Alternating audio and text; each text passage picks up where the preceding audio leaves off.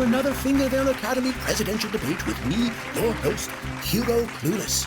Tonight our two debaters, Ms. Lamarx and Mr. Rippimoff, will discuss the highly charged topic of climate change.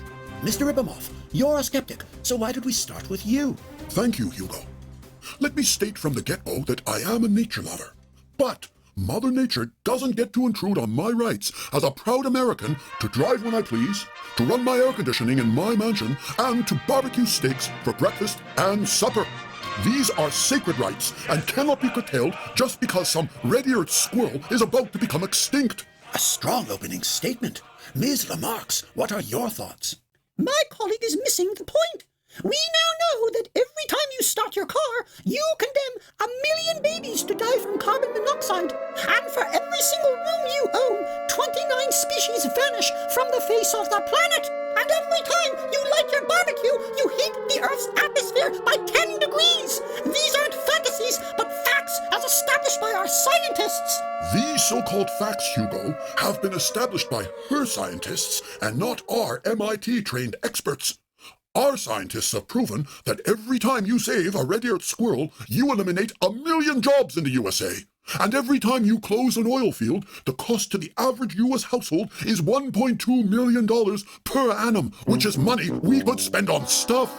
As president, I won't force our citizens to sell their kidneys just to get by, all for the sake of some red-eared squirrel. What's the point of having a fancy home filled with Chinese-made crap if our land is 60 feet underwater? And what's the point of having a job if you have to dress in biohazard gear and breathe through an oxygen tank? And those red-eared squirrels, their lives are no less precious than yours. If you gave them the vote, and in my opinion they deserve it, they'd force you to live like them for once, rooting through the garbage and nesting in trees. And this would do you a world of good. All of this is fascinating, but where do we go from here if the climate is changing? Mr. Rippimoff. If the climate is changing, it's not our fault, Hugo. When we drive our cars and dump plastics in the sea, this has little to no effect on our world. And even if it does, which it doesn't, our best option is to consume even more. Why do you say that? Because as any right-thinking economist would argue, consumption generates cash. And this means Americans can buy heaps more stuff, and scientists get more funding to solve our problems. Very soon, we'll be flying in supersonic cars that are powered by the very garbage we produce, thereby killing 2 birds with 1 stone. Before we have these supersonic cars, our planet will be a giant heap of plastic. That's why I've come up with 2 possible plans. Number 1, we slow everything down. We walk everywhere. We live in the dark, and we own just 1 pair of pants. No limos, no air conditioning, no steak, no Netflix. I see. What's plan number 2? It's extreme even by my standards, Hugo. We get rid of half the Earth's population. That would give the red-eared squirrels a fighting chance. Half the population? You would fill America's streets with extermination squads. Don't be such a drama queen.